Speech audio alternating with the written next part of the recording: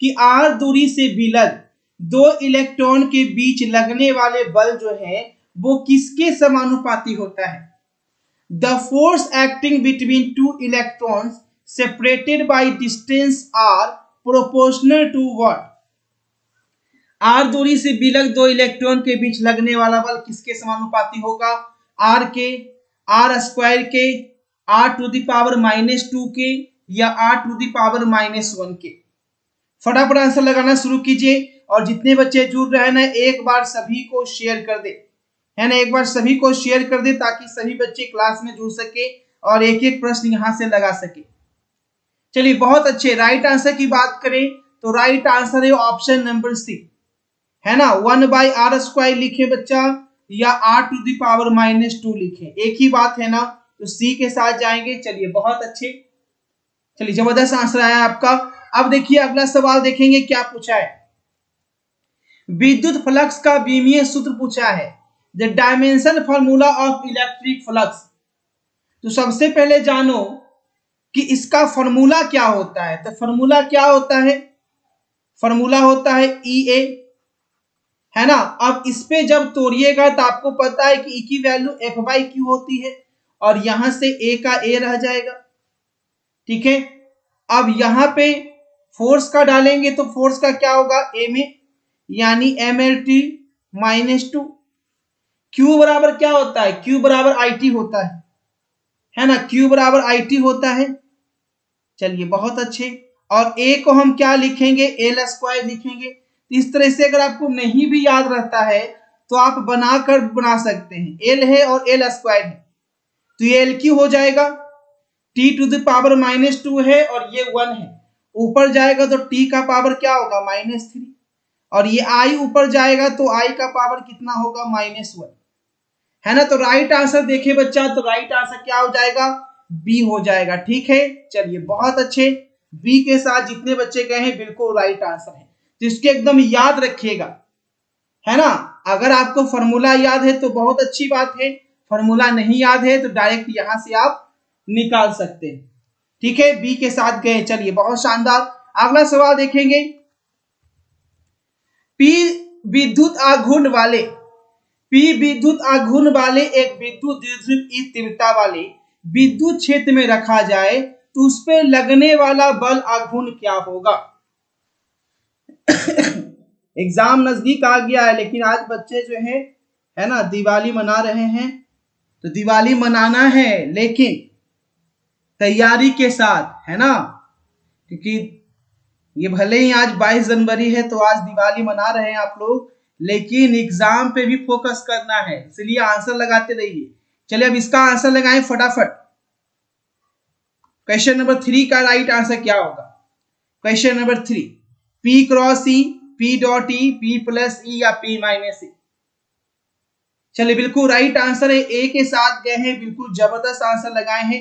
जितने बच्चे ए के साथ गए हैं सभी का आंसर सही है। नेक्स्ट देखिएगा अगला सवाल क्या पूछा है।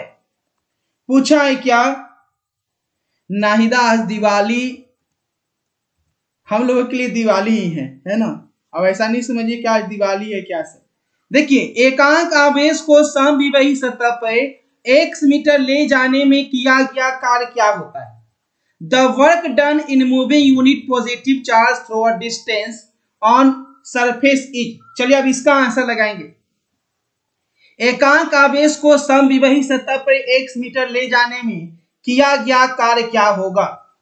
चलिए ध्यान से अब आंसर करेंगे क्वेश्चन नंबर 4 का राइट आंसर। चलिए बहुत अच्छे, शून्य होगा, है ना। शून्य के साथ गए हैं, एकदम कमाल कर दिए। सी के साथ गए हैं, चलिए जबरदस्त, चलिए बिल्कुल राइट आंसर है। चलिए कमाल का आंसर लगाएं। नेक्स्ट देखिएगा अगला सवाल क्वेश्चन नंबर 5।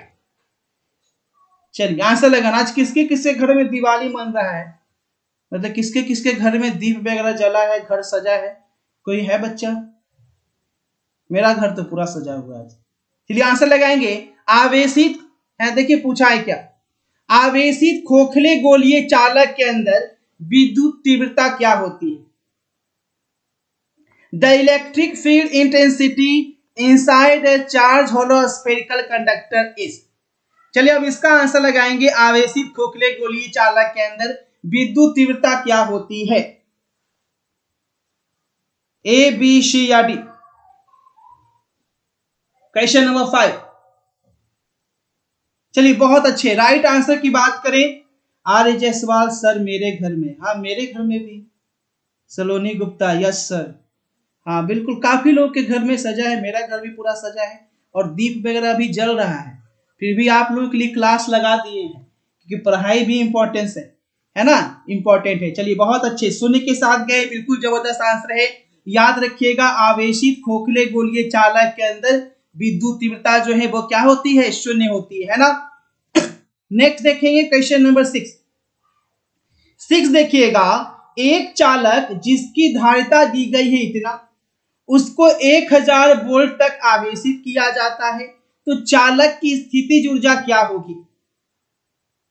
मेरा घर पूरा सजा हुआ है। चलिए क्या बात है, यहाँ भी काफी लोगों का घर सजा, मेरे मोहल्ले में तो एक एक घर सजा हुआ है ना। जो दिवाली में नहीं सजाता था आज सजाए हुए। चलिए ध्यान दीजिए, क्वेश्चन पे पूछा है स्थितिज ऊर्जा क्या होगा। क्वेश्चन नंबर 6 का फटाफट आंसर लगाए बच्चे। सबसे पहले फॉर्मूला जान लीजिए, क्या होता है बच्चा formula? Half C V square होता है ना, बस आपको पुट कर देना है। चलिए आंसर लगाएं। बहुत अच्छे, 10 के पावर 4 जूल है ना। बी के साथ जितने बच्चे गए हैं जबरदस्त आंसर लगाए हैं, ऑप्शन नंबर बी। चलिए कमाल का आंसर है। फॉर्मूला याद रखिएगा, हाफ सी बी स्क्वायर, कई बार बताए हैं स्थितिज ऊर्जा का फॉर्मूला है ना। चलिए नेक्स्ट देखेंगे अगला सवाल। अगला सवाल है, सेल का ईएमएफ है ना, सेल का ईएमएफ कैसे मापा जाता है? The EMF of cell is measured by volt meter से, विभव मापी से, एमीटर से या वोल्टा मीटर से। चलिए क्वेश्चन नंबर 7 का धुआंधार आंसर लगाइएगा बच्चे। सही जवाब क्या होगा? है ना, BR2 मेरा भी घर सजा है। चलिए क्या बात है, सेल का ईएमएफ किससे मापा जाता है बच्चा? वोल्ट मीटर से, विभव मापी से, एमीटर से या वोल्टा मीटर से? तो एकदम याद रखिएगा कि सेल का जो ईएमएफ होता है वो पोटेंशियोमीटर से मापा जाता है। चलिए बहुत अच्छे, ताकि बिल्कुल सही जवाब लगाए हैं आप, विभव मापी। चलिए बहुत अच्छे, शानदार। ऑप्शन नंबर बी के साथ जितने बच्चे गए हैं जबरदस्त आंसर लगा दिए। नेक्स्ट देखिए बच्चा, अगला सवाल क्या पूछा है? किरचॉफ का धारा नियम है ना, पूछा है बच्चा कि किरचॉफ का धारा नियम किस राशि के संरक्षण सिद्धांत से संबंधित है? Kirchhoff current rule is relative to principle of conservation of, है ना। अब इसका आंसर लगाएंगे कि किरचॉफ का जो धारा नियम है वो किस राशि संरक्षण सिद्धांत से संबंधित होता है? संवेग, ऊर्जा, आवेश या कोणीय संवेग? देखो किरचॉफ का पूछा है, लेंज का पूछता है ना, किरचॉफ का पूछता है, सारे एकदम याद रखिएगा। तो किरचॉफ का क्या होगा? चार्ज। बहुत अच्छे, आवेश के साथ जितने बच्चे गए हैं एकदम गर्दा आंसर लगाए हैं, ऑप्शन नंबर सी। ठीक है, आवेश आवेश आवेश। चलिए बिल्कुल राइट आंसर है, रुखसार आर्या। चलिए बहुत अच्छे, एमडी क्या बात है, विकास कुमार, बहुत अच्छे। नेक्स्ट देखेंगे अगला सवाल, इलेक्ट्रॉन वोल्ट में क्या मापते हैं हम? इलेक्ट्रॉन वोल्ट में बच्चा क्या मापते हैं? अब इसका आंसर लगाएंगे। विभवांतर, आवेश, ऊर्जा या धारा? इलेक्ट्रॉन वोल्ट में क्या मापा जाता है? एकदम ध्यान से आंसर लगाएं। क्वेश्चन नंबर 9 आपके स्क्रीन पे, एकदम अब ध्यान से पढ़ाई करना है बच्चा, अब आपके पास बिल्कुल समय नहीं है ना। देखिए आज 22 जनवरी हो गया है ना, आज 22 जनवरी हो गया, कितना कम दिन आपके पास बचा हुआ है। बस जी जान से लगिए, एक एक क्वेश्चन ध्यान से देखिए ताकि एग्जाम में एक सिंगल क्वेश्चन गलत ना हो। चलिए इलेक्ट्रॉन वोल्ट मापा जाता है तो राइट आंसर क्या है बच्चा? एनर्जी। चलिए बहुत अच्छे, सी के साथ जितने बच्चे जा रहे हैं एकदम लाजवाब आंसर है, ऑप्शन नंबर सी बिल्कुल सही जवाब है। नेक्स्ट देखेंगे अगला सवाल, चुंबकीय क्षेत्र में स्थित चुंबकीय आघूर्ण वाले धारा पास द्वारा अनुभत बल आघूर्ण का मान पूछा गया है। अब इसका राइट आंसर लगाइएगा बच्चे, रगड़ कर सही जवाब क्या होगा? चुंबकीय क्षेत्र में स्थित एम चुंबकीय आघूर्ण वाले धारा पास द्वारा अनुभत बल आघूर्ण क्या होगा? चलिए ध्यान से इसका आंसर लगाएं। सही जवाब क्या होगा? इंग्लिश में देखो बच्चा नीचे है। क्वेश्चन नंबर 10 में धुआंधार आंसर करें। सही जवाब क्या होगा? चलिए बहुत अच्छे, एक एक बच्चा कमाल का आंसर है। ऑप्शन नंबर ए के साथ जितने बच्चे जा रहे हैं ना, एकदम ताबड़तोड़ आंसर किए। Option number A. चलिए ऑप्शन नंबर ए। चलिए बहुत अच्छे, जबरदस्त। और आज इसीलिए बच्चे कम भी हैं क्योंकि बहुत के घर में दीप भी जलने का कार्यक्रम है, तो जो गर्ल्स लोग हैं वो दीप जलाने में भी बिजी होगी। चलिए अब इसका आंसर लगाइएगा। 1 गैल्वेनोमीटर का प्रतिरोध जी है। मुख्य धारा का 1% ही गैल्वेनोमीटर में प्रवाहित हो, इसके लिए शंट का मान क्या होना चाहिए? अब इसे 100% एकदम याद रखिएगा। इस क्वेश्चन को एकदम ध्यान से याद रखना है बच्चा। सही जवाब क्या होगा? 1 गैल्वेनोमीटर का प्रतिरोध जी है। मुख्य धारा का 1% ही गैल्वेनोमीटर में प्रवाहित हो, इसके लिए शंट का मान क्या होगा? तो शंट का मान इसके लिए होगा G/99। चलिए बहुत अच्छे, ए के साथ गए हैं बच्चे, बिल्कुल राइट आंसर है ऑप्शन नंबर ए। चलिए बहुत अच्छे, सभी का आंसर सही आ चुका है। जबरदस्त, ठीक है। चलिए अगला सवाल देखिए, अगला सवाल क्या पूछा है, तो नेक्स्ट देखते हैं। नेक्स्ट है, किसी वृत्ताकार कुंडली में धारा प्रवाहित की जाती है। यदि कुंडली की त्रिज्या दुगुनी कर दिया जाए तो उसके केंद्र पर चुंबकीय क्षेत्र की तीव्रता का मान क्या रह जाएगा? चलिए अब इसका आंसर लगाएंगे फटाफट से बच्चे। सही जवाब क्या होगा? किसी वृत्ताकार कुंडली के केंद्र पर धारा प्रवाहित की गई है। यदि कुंडली की त्रिज्या हम दुगुनी कर दें तो चुंबकीय क्षेत्र की तीव्रता का मान क्या रह जाएगा? बराबर होगा, आधा होगा, दुगना होगा या चौगुना होगा? तो याद रखेंगे क्या हो जाएगा? आधा हो जाएगा, है ना। बहुत अच्छे, बी के साथ जितने बच्चे गए हैं आधा हो जाएगा। बिल्कुल राइट आंसर लगा है ऑप्शन नंबर बी।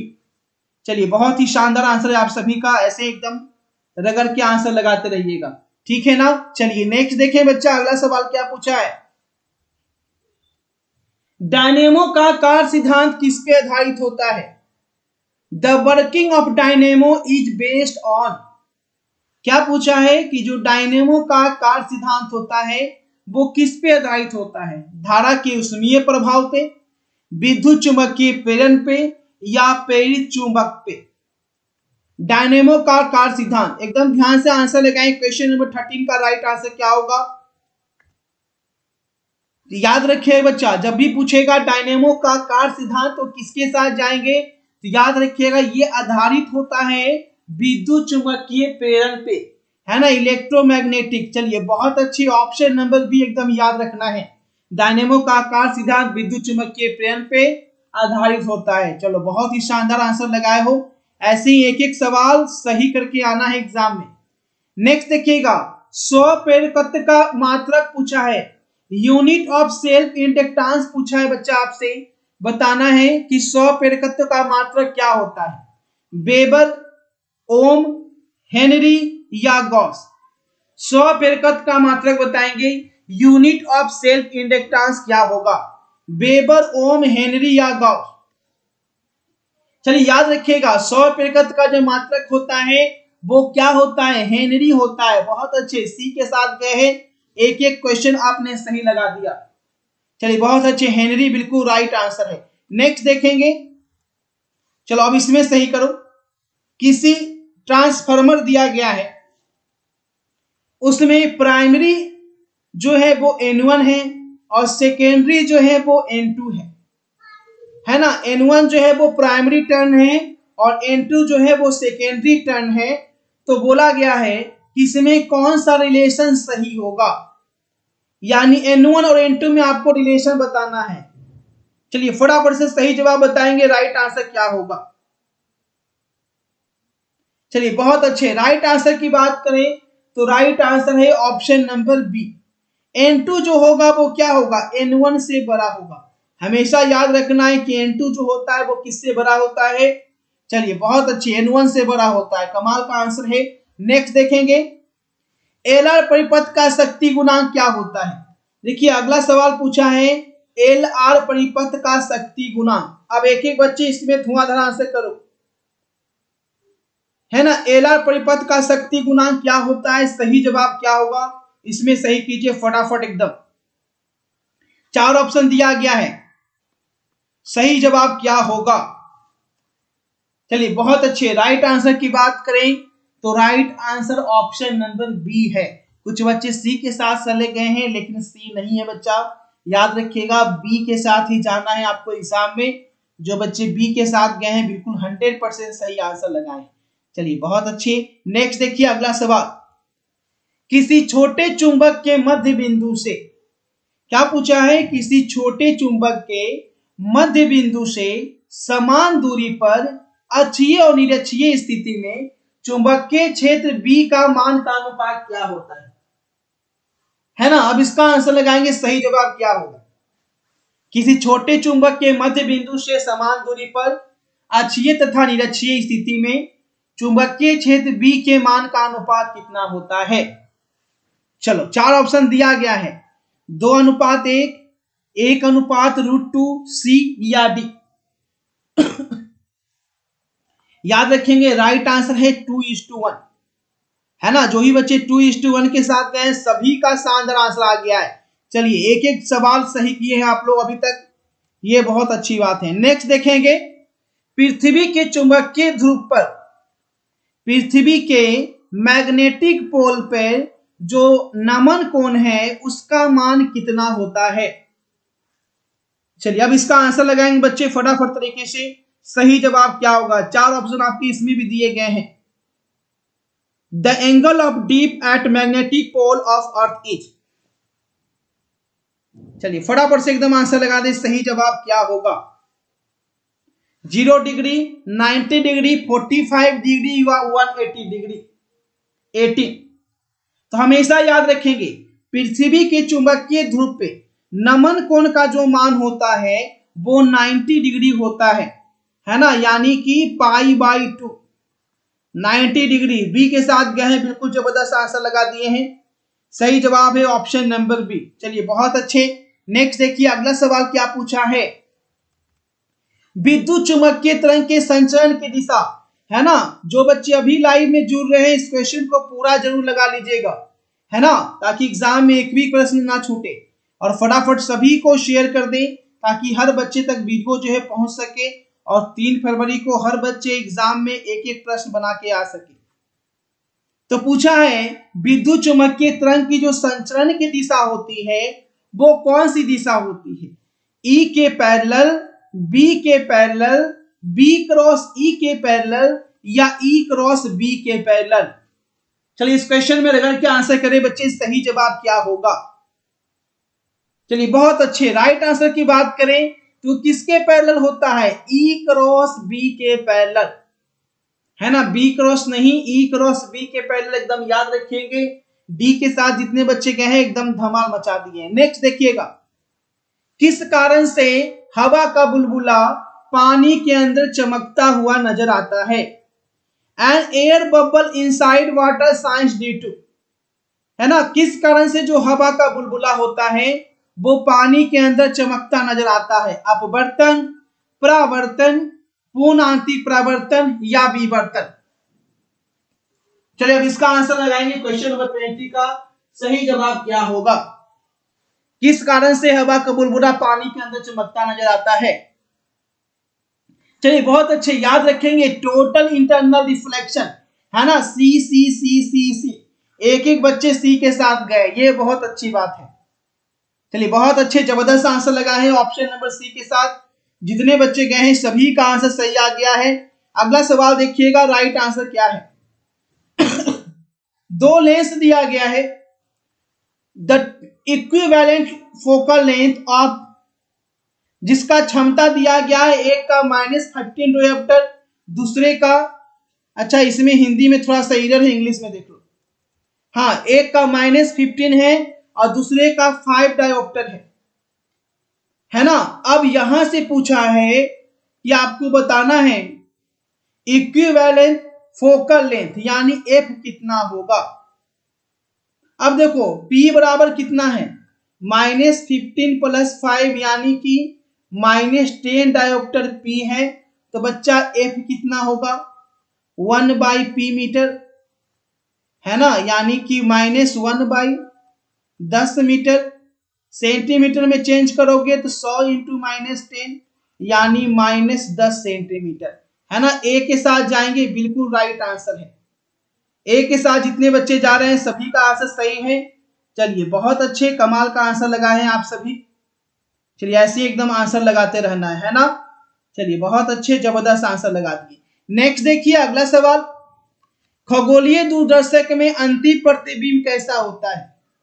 पूछा क्या गया है कि खगोलीय दूरदर्शक में जो अंतिम प्रतिबिंब बनता है, फाइनल इमेज बनता है, वह कैसा होता है।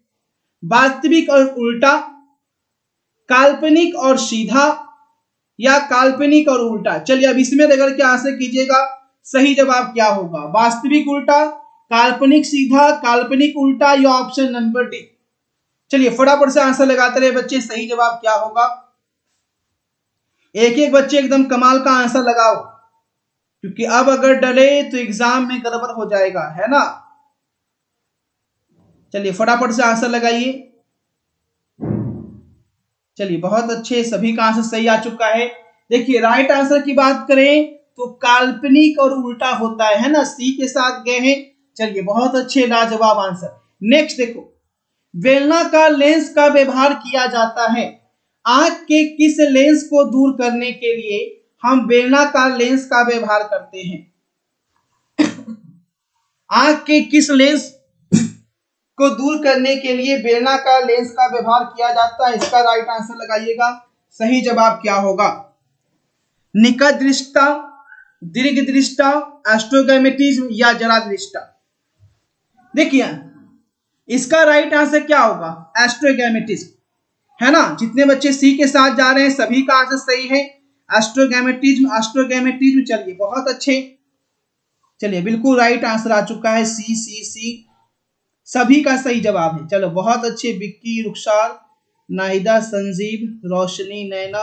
चलिए बहुत अच्छे, सभी का आंसर सही आ चुका है। अगला सवाल देखिए, प्रकाश के रेले परिकर्णन में पूछा है कि प्रकाश का जो रेले परिकर्णन होता है उसमें प्रकिरणित प्रकाश का परिणाम तरंगदैर्घ्य लैम्ब्डा के किस रूप के समानुपाती होता है ना। लैम्ब्डा के किस रूप के समानुपाती होगा। चलिए अब इसमें रगड़ के आंसर कीजिएगा, है ना। लैम्ब्डा के किस रूप के समानुपाती होगा, 1/λ², 1/λ, सी या डी। तो मैंने कई बार बताया है 1/λ⁴। देखिए एक एक सवाल वही रहेंगे जो लगातार मैं आपको प्रैक्टिस करवा रहा हूं, इसलिए नए क्वेश्चन बिल्कुल नहीं लगाइएगा, ठीक है। क्योंकि अगर नए क्वेश्चन लगाना शुरू कीजिएगा, अभी 5-6 दिन बचा हुआ है, तो एग्जाम में गड़बड़ा जाएगा रिजल्ट, है ना। जो मैं क्लास में करवाता हूं उसी पे रिपीट कीजिए और एग्जाम में एक एक क्वेश्चन बना के आइएगा, क्योंकि अब आपको बहुत ज्यादा जानने की जरूरत नहीं है। अब आपको वो चीज पढ़ना है जो 100% एग्जाम में आएगा। तो पढ़ने के लिए दुनिया भर का किताब है ना, वो भी कम पड़ जाएगा, लेकिन जो एग्जाम में आई नहीं वो पढ़ने से क्या फायदा। इस चीज का ध्यान रखिएगा, बहुत सारे क्वेश्चन पढ़ने से रिजल्ट नहीं आता है, ओरिएंटेड क्वेश्चन पढ़ने से रिजल्ट आता है, ठीक है। चलिए फटाफट आंसर लगाएंगे। 25, एक पतले फिल्म के रंगीन दिखने का कारण क्या होता है। व्यतिकरण, विवर्तन, प्रकीर्णन, या वन विक्षेपण। अरे बच्चा राइट आंसर लगा 25 का, बहुत अच्छे, इंटरफ्रेंस। पतले फिल्म के रंगीन दिखने का कारण है इंटरफ्रेंस, ए के साथ जाएंगे। चलिए बहुत अच्छे, कमाल किए। नेक्स्ट देखो, बूस्टर का नियम पूछा है, बताइए जरा कि बूस्टर का नियम क्या होता है। चलो इसमें धुआंधार आंसर लगाओ, राइट आंसर क्या होगा। बूस्टर का नियम फटाफट तरीके से राइट आंसर लगाएं। चलिए 4 ऑप्शन दिया गया है, इसका राइट आंसर धुआंधार तरीके से लगा दो। सही जवाब क्या होगा, बूस्टर का नियम। चलिए बहुत अच्छे, राइट आंसर क्या होगा, टन टना टन टन, है ना। ऑप्शन नंबर बी के साथ जितने बच्चे जा रहे हैं सभी का आंसर सही है, बी बी बी। चलिए बहुत अच्छे, बिल्किस, रोशन, विक्की, विकास। चलिए बहुत अच्छे। नेक्स्ट देखिएगा अगला सवाल क्या पूछा है, लैम्ब्डा तरंगदैर्घ्य वाले फोटोन की ऊर्जा कितनी होती है। Energy of photon of wavelength lambda चले अब इसमें धुआं धुआं करो बच्चे। लैम्डा तरंगदैर्घ्य वाले फोटोन की ऊर्जा क्या होगी? 4 ऑप्शन यहाँ पे दिए गए हैं, इसका जरा राइट आंसर बताइएगा, सही जवाब क्या होगा। फोटोन की ऊर्जा पूछी है, तो फोटोन की ऊर्जा आपको कितनी बार याद करवाए हैं कि hc बाई लैम्डा होता है ना? कितना होता है बच्चा? hc by lambda. चलिए बहुत अच्छे, तो hc बाई लैम्डा कहाँ है? ऑप्शन नंबर ए के साथ गए हैं और एकदम कमाल का आंसर लगाए। चलिए बहुत अच्छे, एक एक बच्चा ऐसे एकदम आंसर लगाते रहिए। चलिए गर्दा उड़ा दिए एकदम, ठीक है। नेक्स्ट देखेंगे बच्चा, अगला सवाल पूछा है, हाइड्रोजन स्पेक्ट्रम की कौन सी श्रेणी जो है वो दृश्य भाग में पड़ती है ना? हाइड्रोजन स्पेक्ट्रम की कौन सी श्रेणी जो है वो दृश्य भाग में पड़ती है बच्चा? अब इसका रगड़ दो एकदम, एक एक प्रश्न का आंसर इस तरीके से लगाइए कि जब रिजल्ट आए तो एकदम जो पड़ोसी है जल के राख हो जाए, है ना? चलिए कमाल का आंसर लगाए हैं, दृश्य भाग, विजुअल रीजन, बामर श्रेणी, है ना? एक के साथ गए। चलिए बहुत ही शानदार। अगला सवाल देखो, निम्नलिखित में कौन आवेश रहित है? किस पे कोई आवेश नहीं रहता है? Which one of the following is chargeless particle? है ना? अब इसका आंसर कीजिएगा, किस पे कोई भी आवेश नहीं होता है? अल्फा कण, बीटा कण, प्रोटॉन या फोटॉन? कौन आवेश रहित कण है? चलिए अब आंसर करेंगे फटाफट तरीके से। बहुत अच्छे, राइट आंसर की बात करें तो सही जवाब होगा फोटॉन पे कोई भी आवेश नहीं होता है। फोटॉन पे कोई भी आवेश नहीं होता है। चलिए बहुत अच्छे, बिल्कुल राइट आंसर है। नेक्स्ट देखो क्या पूछा है, जितने समय में किसी रेडियो एक्टिव पदार्थ की मात्रा अपने प्रारंभिक परिणाम की आधी हो जाती है उसे क्या कहते हैं? अब इसका आंसर लगाइए फटाफट तरीके से।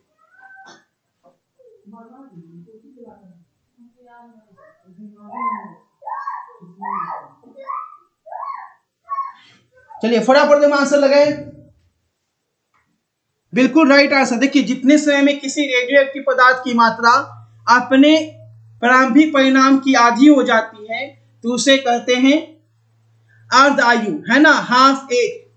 चलिए बी के साथ गए हैं, बिल्कुल सही जवाब है, एक एक बच्चा का राइट आंसर है। चलिए जबरदस्त। नेक्स्ट देखो, एन टाइप के अर्धचालक में बहुसंख्यक धारावाहक क्या होते हैं? The majority charge carrier in N type semiconductor. N type के अर्धचालक में बहुसंख्यक धारावाहक क्या होते हैं? अल्फा कण, इलेक्ट्रॉन, प्रोटॉन या छिद्र? चलो इसमें रगड़ के आंसर कीजिएगा, एन टाइप के अर्धचालक में क्या होगा? अल्फा, इलेक्ट्रॉन, प्रोटॉन या छिद्र? चलिए बहुत अच्छे, सभी का आंसर सही आता हुआ। देखिए इसके राइट आंसर की बात करें तो एन टाइप का अर्धचालक में जो बहुसंख्यक धारावाहक होते हैं वो इलेक्ट्रॉन होते हैं ना? Electron, electron, electron. चलिए बिल्कुल सभी का आंसर सही है, बी बिल्कुल राइट आंसर लगाए हैं।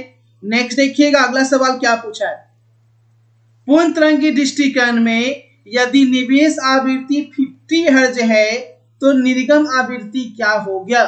फुल वेव रेक्टिफिकेशन पूछा है, और फुल वेव रेक्टिफिकेशन में आपको पता है ना? फुल वेव में पता है कि हम क्या करते हैं, 2 से गुना करते हैं, है ना? फुल वेव में क्या करते हैं, 2 से गुना करते हैं, बिल्कुल राइट आंसर है। तो 2 से गुना कीजिएगा तो 50 इंटू 2 कितना हो जाएगा? 100 हर्ट्ज, है ना? फुल में 2 से गुना करते हैं और हाफ में 2 से गुना नहीं करते हैं, ठीक है? सी के साथ गए, बिल्कुल राइट आंसर है। नेक्स्ट देखो बच्चा, नैंड गेट के लिए बुलियन व्यंजक पूछा है। चलिए अब बताइए कि नैंड गेट का बुलियन व्यंजक क्या होता है? नैंड गेट का बुलियन व्यंजक, चलिए फटाफट तरीके से इसका आंसर लगाएंगे, the Boolean expression for NAND gate. आज का सवाल जो बच्चे लगा दिए हैं एग्जाम में जाके गर्दा उड़ा देंगे, है ना? इसका टेंशन एकदम फ्री रहिए। चलिए नैंड गेट का पूछा गया है। चलिए बहुत अच्छे, 33 का राइट आंसर क्या होगा बच्चा? Option number C. कितनी बार बताए हैं इसको? ये आपका क्या है? ये आपका नैंड गेट है, ये जो रिलेशन दिया गया है ये एंड गेट है, ये जो रिलेशन दिया गया है ये और गेट है, और ये जो रिलेशन दिया गया है वो नॉर गेट है ना। तो राइट आंसर क्या है? ऑप्शन नंबर सी। नेक्स्ट देखो अगला सवाल क्या पूछा है, दशमिक संख्या को द्विआधारी में बदलने के लिए बोला गया है।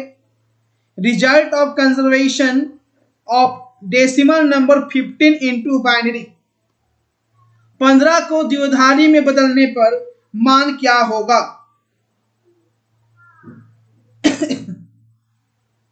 चलिए फटाफट से बात से करेंगे बच्चा, राइट आंसर क्या होगा? अब रगड़ के आंसर कर दो फटाफट एकदम। चलिए बहुत अच्छे, 34 बिल्कुल राइट आंसर लगाए। ऑप्शन नंबर सी के साथ जा रहे हैं, है ना। 15 का जब निकालिएगा तो क्या होगा? हमेशा रिमेनिंग आपका, है ना, 1 1 1 1 आता रहेगा। यानी राइट आंसर की बात करें तो सी के साथ गए हैं। चलिए बहुत अच्छे, है ना। 14 यानी रिमेनिंग एक फिर लगाओगे, ठीक है। तो इस तरीके से आप बिल्कुल जबरदस्त तरीके से लगा दिए, है ना। चलिए सी के साथ गए हैं, बिल्कुल राइट आंसर। देखो 15 से लगाओगे, है ना, तो क्या होगा? 7 दूना 14, फिर एक रिमेनिंग बचेगा, ठीक है। उस तरीके से आप लगाते रहेंगे। चलिए बहुत अच्छे, सी के साथ गए, बिल्कुल राइट आंसर है। नेक्स्ट देखिएगा अगला सवाल, टीवी प्रसारण के लिए किस आवृत्ति परास का उपयोग किया जाता है? टीवी प्रसारण के लिए किस आवृत्ति परास का उपयोग होता है? Which frequency range used into TV transmission. चलो अब इसे सही करके बताएंगे बच्चा, सही जवाब क्या होगा? चलिए अब इसका रगड़ के आंसर करो बच्चा, कितना होगा? एक एक सवाल सही लगाइएगा। चलिए बहुत अच्छे, राइट आंसर की बात करें 35 का, तो राइट आंसर है 30 मेगाहर्ट्ज से 300 मेगाहर्ट्ज। सी के साथ अगर जा रहे हैं तो बिल्कुल खुश हो जाए, आपका आंसर बिल्कुल सही है। और अभी तक 35 क्वेश्चन में आप लोगों ने जबरदस्त परफॉर्मेंस किया है, और आगे भी आप परफॉर्मेंस एकदम गर्दा करेंगे। तो चलिए अगला सवाल देखते हैं।